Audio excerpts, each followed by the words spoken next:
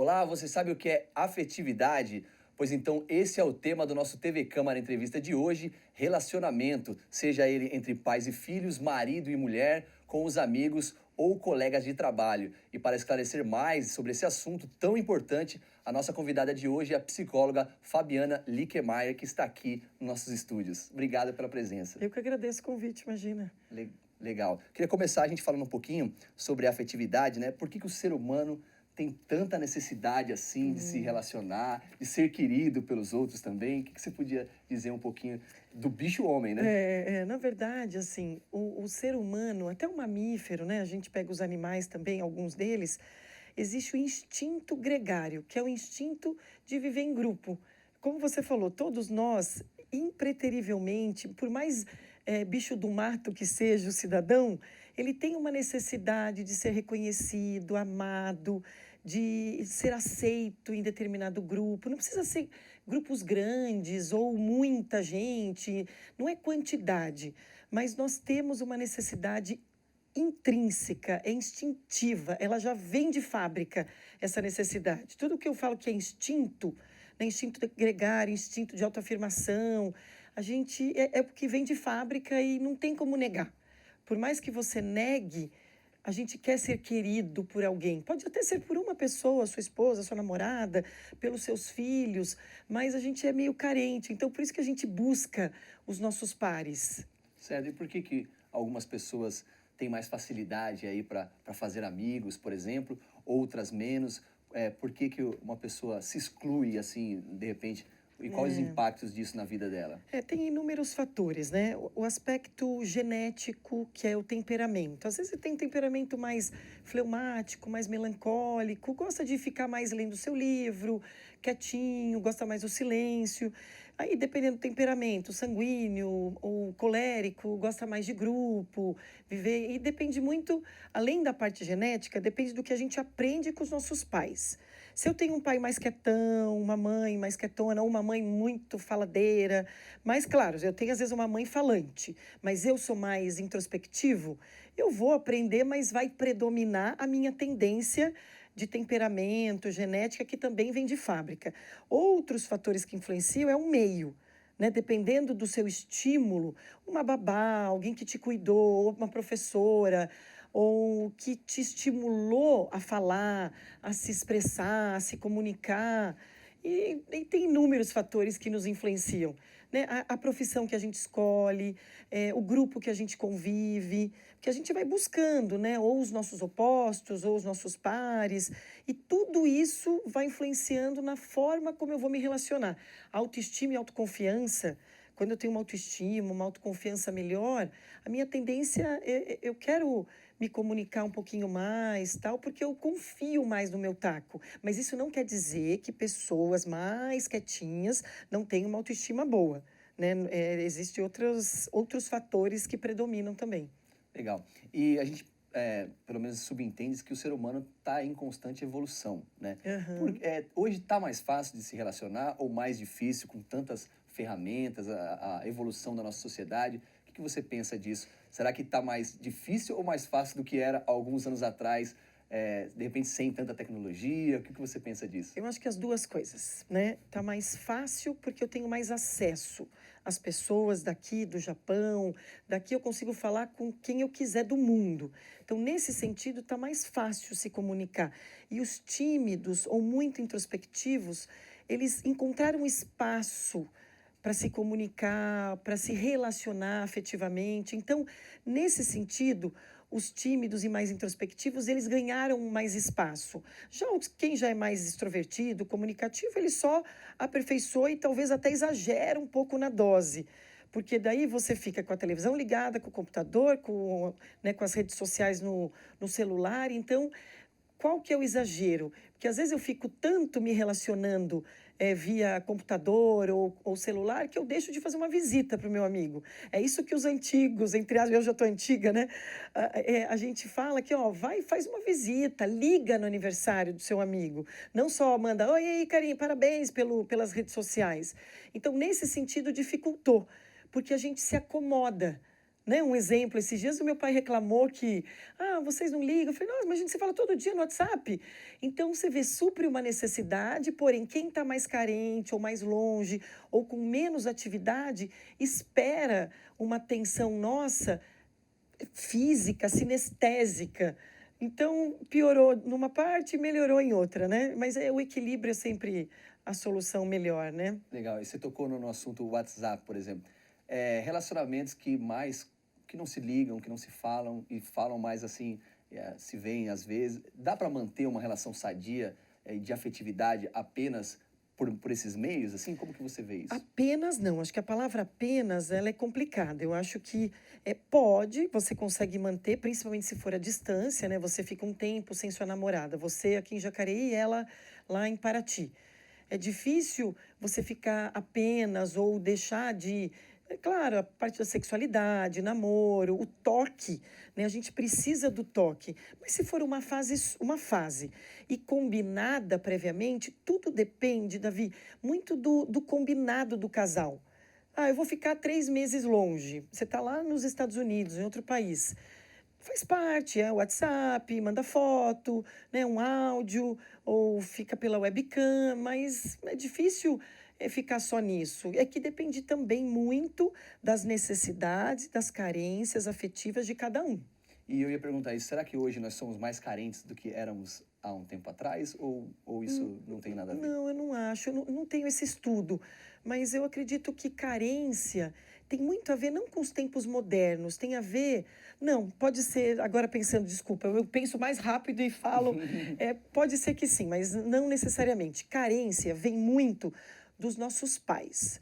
Então, como as mães estão trabalhando mais fora, pode ser que nesse sentido, nessas últimas gerações, estejam um pouco mais carentes e cobram mais essa afetividade de uma namoradinha, de um namorado, por conta dessa carência. Mas as mães que também não trabalhavam fora, não necessariamente elas estavam o tempo todo com o filho, porque elas tinham que lavar, passar, cozinhar, costurar, bordar. Então, é relativo essa carência. Aí eu falo que todos nós somos carentes, ou de pai, ou de mãe, ou dos dois, às vezes, e a gente tem que lidar com essa carência, faz parte, porque a mãe tem vida própria, o pai tem vida própria, né? Os pais têm que ir trabalhar fora. Hoje, o nosso nível de exigência de consumo aumentou também devido à globalização, aos acessos, e aí o que acontece? A gente quer demais, trabalha demais e tem tempo de menos para ficar com os filhos, com o marido, com a esposa. E aí sim, nesse sentido moderno, a gente pode ficar um pouco mais carente porque a gente tem menos tempo de estar juntos. Entendi. E com relação à afetividade, quais, na sua opinião, são os principais obstáculos que a gente vive hoje na nossa sociedade que impedem uma maior afetividade? Aí, eu digo não apenas no caso aí do namorado, da namorada, do pai, da mãe, mas às vezes de um convívio até melhor, assim. O que você pensa disso? Ai, olha, eu tenho pensado muito na questão tempo. As pessoas estão com pouco tempo de se relacionar. Elas estão sempre na correria, sempre sem tempo de conversar. Ela chega aqui apressada, não fala nem oi, né? Não dá um oi gentil. As pessoas estão muito mal educadas no trânsito, mal educadas no dia a dia. Por quê? Por falta de tempo, falta de fazer o que se gosta. Então, ela trabalha demais, ela deixa de fazer o que lhe dá prazer e pequenas brechas de prazer mesmo, do que, eu gostava de cavalo. Oh, nossa, desde que eu me formei, comecei a trabalhar, nunca mais andei a cavalo. Andei uma vez na vida, outra na morte. Seria um resultado um pouco das nossas frustrações, assim, do dia a dia. Sim, porque daí se você não tem uma realização, eu não sou uma pessoa realizada, ou profissionalmente, ou em termos de lazer, o que acontece? Vai respingar nas minhas relações. Se eu sou uma pessoa mais feliz, com uma autoestima melhor, com uma realização mais positiva, automaticamente eu vou respingar positividade, eu vou respingar alegria. E se eu não respingo alegria, as minhas relações ficam piores, certeza que ficam. E embora tenha gente que tem um monte de problema e chega aqui e fala, o cara está sempre bem-humorado. É dele daí. Aí vem de fábrica também, eu acho que essa bondade, essa generosidade, aprendeu com a mãe, com o pai. Então, tem umas variáveis externas ou até genéticas que influenciam nas boas relações, mesmo o cara não estando realizado o suficiente. Mas eu diria que são poucas pessoas que têm esse privilégio. E como que nós podemos buscar aí o autoconhecimento para tentar fazer uma evolução aí de defeitos nossos ou de até tentar deixar um pouquinho essas frustrações de lado para nos tornarmos uma pessoa melhor, mais afetiva, termos mais amigos? Como que a gente pode Ah, se autoconhecer nesse sentido? muito legal sua pergunta. Ó, a vida de todo mundo seria melhor se a gente trabalhasse mais esse autoconhecimento. Sabe, eu posso ter um monte de problema, minha mãe era assim, meu pai assado, né? Inúmeros traumas complexos, mas se eu focar em mim, não em mim egoisticamente, ao contrário, na generosidade, eu ler livros, não digo nem só sobre autoajuda, livros de alimentação saudável, alimentos anti-inflamatórios. Por que que há uma epidemia no mundo de vitamina D, que é falta de sol? As pessoas estão tomando pouco sol, lendo pouco, ou ela lê, só que lê de tudo um pouquinho e acaba não se aprofundando, não faz uma autoanálise. Por que que eu não aceitei a crítica do Davi? O Davi me fez uma crítica e eu fiquei pé da vida com ele. Desculpa o pé, né? Mas eu fiquei fula da vida com o Davi, que me criticou. Quem é ele para me criticar? Só que é normal a gente receber crítica. Eu não sou perfeita, você não é perfeito. E é importante a gente acabar com o melindre de ficar, ai, não sei o quê, o fulano fez isso, falou aquilo para mim. Não, acho que tem que matar no peito e falar, não, eu recebi essa crítica, eu mereço e vou tentar melhorar. Agora, tem coisa que não é para você. A pessoa foi do mal, foi ruim com você, fez alguma maldade, isso não te pertence. E aí você não recebe esse presente. Pega aquela crítica, aquela maldade, joga no lixo e vai cuidar da sua vida. Agora, outro aspecto, você falou, né, o que fazer para autoconhecimento? Então, é leitura. Ler, assistir vídeos sobre vida, sobre natureza, culturas gerais, conversar com pessoas que você considera exemplos, referências para você, ter tempo para um bom papo, convidar essas pessoas para ir à sua casa ou ir fazer alguma coisa, terapia, se for necessário, frequentar algum grupo de autoanálise, pode até ser religiosa, né? O seu grupo de oração, o seu grupo da igreja, enfim, procurar um pouquinho esse lado espiritual um pouco também, né? A nossa luz interna, a gente fica só procurando coisas externas, ter não é autoanálise, é uma autorreflexão. Só que para isso eu preciso silenciar. Eu não posso estar o tempo todo no celular, com pessoas. Eu preciso ter o silêncio também para me conhecer. E tem inúmeros outros fatores, né, que pode ajudar no dia a dia. Mas, em geral, também é ter paciência com a gente. Né? Paciência Às com vezes as a gente nossas... também somos muito críticos também com nós mesmos, né? É verdade. Até eu ia falar isso. Por exemplo, como que eu posso sair de um ciclo, no caso, vou dar um exemplo, uma família que é mais fechada, uma família que é mais dura e que eu tive essa formação, ou de repente alguns traumas que eu tive de relacionamentos. O que a gente pode dizer para essas pessoas para ela conseguir, de repente, furar essa barreira dos seus pais, que são muito fechados, para ele se tornar uma pessoa melhor? Ou até conseguir deixar de canto ali aquelas coisas que não deram certo em algum relacionamento para poder construir uma nova? O que você podia dizer para a gente quebrar essas barreiras e sair desse ciclo? Isso é importante, super importante. Primeiro é entender a família, entender o seu contexto familiar. Mesmo quem é adotado, né, não tem a genética ali, mas é conhecer quem foi sua avó, seu avô, seu bisavô, conhecer um pouco das suas referências lá do passado. Quem influenciou seu pai e sua mãe para te educar? Os seus avós. Quem influenciou os avós? Os bisavós. Eu sou, por exemplo, descendente de alemão. Tem uma cultura alemã por trás da educação que eu tive, né? Mais durona, de ter que, não pode errar, de acertar. Só que tem um lado bom também de ter um pai bravo, uma mãe brava? Tem. Você fica exigente, você fica autocrítica. Então, olhar o lado bom da educação que seus pais te deram. Só que para isso, Davi, é super importante para qualquer relação, né? Mesmo com a dos pais que a gente está falando agora, generosidade, e boa vontade. Uma pessoa mais generosa, ela olhar os pais e perdoar o que tiver que perdoar. Sabe, seu pai errou com você, errou. Claro, tem erros que são muito feios. Molestar uma filha, por exemplo, aí você pode não querer ter contato com seu pai que te molestou, que fez, né, essa barbaridade. Mas isso também pode ser uma doença. Então, se é uma doença ou se é algo que fez por maldade, aí eu tenho que avaliar. Se eu tenho condições afetivas e emocionais para perdoar, seria ótimo. Agora, se eu não tenho, ou eu vou fazer uma terapia para que isso não influencie na minha relação com os homens. Então, eu preciso eu nem me descobrir, mas eu preciso descobrir o que me influencia e quais são as minhas defasagens, deficiências, se vêm de família ou se são minhas. Normalmente vem da família, né, em geral. E ter esse ato generoso ao olhar o passado e tentar descobrir não, tentar mudar aquilo que você consegue. E aquilo que eu não consigo mudar, eu preciso lidar no dia a dia e desfocar um pouco do trauma, dos complexos e focar nas coisas boas que eu faço, ou que eu vivenciei, ou que os pais fizeram conosco. Porque, em geral, eu falo sempre que o primeiro sentimento que a gente tem que ter pelos pais, independente de qualquer coisa, Gratidão. Isso, Ah, imagina. gratidão. Você só está aqui, Davi, e tem olhos verdes, tal, por quê? Porque seus pais te fizeram assim.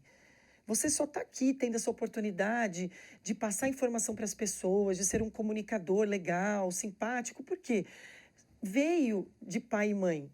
Então, só aí você tem que ser grato. Aí é um detalhe. Essa semana mesmo eu atendi uma pessoa, falou, ó, e falei sobre isso. Fabiana, mas eu não queria ter nascido. Ela está em depressão, né? Então, uma pessoa deprimida, ela culpa os pais de ter a colocado no mundo. Aí é uma outra história. Aí eu preciso trabalhar o quê? A bioquímica da depressão. Se eu sou uma pessoa que tenho tendência depressiva, ou não, ou qualquer outra tendência psicopatológica, eu preciso tratar, ou com medicamento, ou com terapia, ou, né? Na verdade é e. E lidar com isso de outra forma. Aí é uma coisa mais incisiva e mais forte, mas é importante eu aceitar outro sentimento. Então, ó, gratidão, aceitação, generosidade, boa vontade, são sentimentos e informações importantes para qualquer relação. Eu preciso aceitar as minhas fragilidades para daí conseguir melhorá-las. Senão, se eu não aceito que eu sou uma pessoa ansiosa, como é que eu vou melhorar? Se eu não aceito que eu sou rabugento ou reclamão, sabe? Tem uma teoria que fala assim, ó, se uma pessoa fala, você é cavalo? Ah, uma pessoa só, né? Beleza. Agora, se duas pessoas falam, você é cavalo? Você fala, será? Você questiona, mas aí beleza, passa reto. Agora, se três pessoas falarem, você é Tem que sair cavalo? galopando. Isso é bom, eu vou plagiar. Aí eu falo que vai na frente do espelho que tem feno na boca, né? Entendi. Mas pode ser galopando também. Então, se várias pessoas já me pontuaram sobre determinada característica, será que não é importante? Mas é que tem gente que é tão egoísta que acha que está tudo certo, né? É verdade. A gente está acabando esse Aham. bloco, mas eu queria abordar só mais um assunto, que você falou do perdão. Acho que o perdão algo importante e difícil também, né? Como podemos reunir forças aí para chegar mais perto, para facilitar que a gente sinta e realmente e perdoe um erro para poder, né, passar por isso e levar como exemplo para ter mais afetividade. Perdoar é uma É. coisa difícil, Você né? sabe, Davi, legal você ter falado perdão. Eu falei errado, porque eu aprendi uma nova forma de trabalhar o perdão. Esses dias a minha mãe falou assim, ó, ela aprendeu nos cursos dela lá também, que quem somos nós para perdoar alguém? Olha que prepotência, eu te perdoo, Davi, do que você me fez. É como se eu estivesse falando de cima para baixo com você. Eu te perdoo, eu sou fera e você, né, amém, Jesus, eu Você é te vacilão, perdoo. né? É, quem sou eu para perdoar? Sabe? Eu acho que tem que ser um sentimento meio natural. Não, você fez isso comigo, vamos conversar, vamos usar nossa inteligência. Eu acho que pessoas com. É difícil falar baixa inteligência, não, porque é muito relativa a inteligência. Mas pessoas que têm boa vontade e sabem se comunicar, né, um casal ou amigo, Eu vou ficar de mal de você 1 ano. É absurdo. O egoísmo Os também tá aí, irmãos, né? 2 irmãos ficarem de mal, ou ficar de mal do pai, da mãe, ou eu ficar de mal de você, mesmo que você não seja meu amigo. Falei, Davi, eu não gostei do que você fez, blá, blá, blá, sabe? Pode até usar o termo perdão, que ele é bíblico, tem um lado religioso, mas é uma prepotência nossa também. Falar assim, nossa, eu te perdoo. Não perdoa, simples assim. Releva. Eu sempre brinco com os meus pacientes que relevar é um verbo muito importante, que é tornar leve de novo.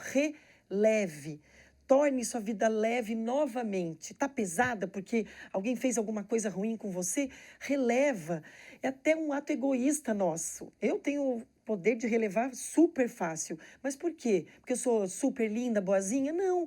É porque eu quero minha vida leve. Eu não quero minha vida pesada. Eu não quero que você tenha raiva de mim, fique pensando em mim. Tá certo.